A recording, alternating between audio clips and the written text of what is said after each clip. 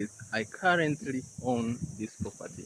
You may be wondering how did I do this, but I'm a businessman, and yeah, I'm good at negotiating. I'm good at approaching whatever whenever you're talking about business. Unaona?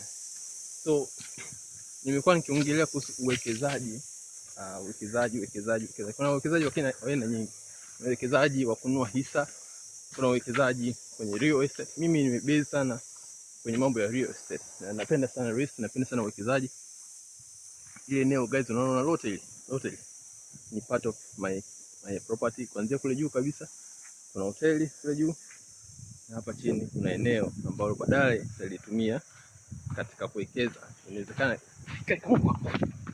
kuna jana nimechana basi nikawekeza kwenye hapa nitaweka bar, kuna beach bar hapa, na pia kuna property, kuna baadhi ya maeneo watu wanaweza wanahala nini kitu kama hiyo. So guys, kama unavyoona nimeshuka ngazi zile pale, unaona ngazi zile pale, hotel iko pale juu, sio inaonekana, unaona pale mbele, nipunguza mwanga uweze kuona.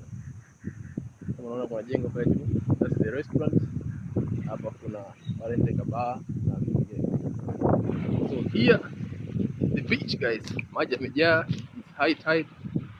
So nakwambia I'm in a good location. Unaona hii, now it's high tide, maji yamejaa, na morning sasa hivi ni saa 3:30 and yeah, siku imeshaanza. So kama unavyoona guys, eneo letu linaanzia pale kwenye hii midude hapa pale nilipotokea, tunaenda sasa. I want to show you property yetu. Unaona hapa baadaye tutatumia kama kuwekea boti na vitu kama hivyo. Unaona, huu ni uwekezaji. Kuna uwekezaji wa aina nyingi kama nilivyokuambia, uwekezaji wa kuwekeza kwenye hisa, kwenye UCT, kwenye real estate. This is real estate guys.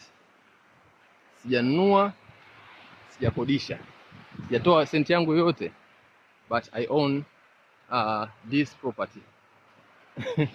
Utajiuliza nimefanya vipi, lakini it is possible. Katika mambo yote ya uwekezaji Mafia, kuna maeneo mengi sana yamekufa ya watu, yanahitaji kurudishwa katika hali yake. That's when unapata mtu kama mimi anaitwa Simba, ambaye yeye yuko good kwenye haya mambo ya negotiation na kumiliki maeneo.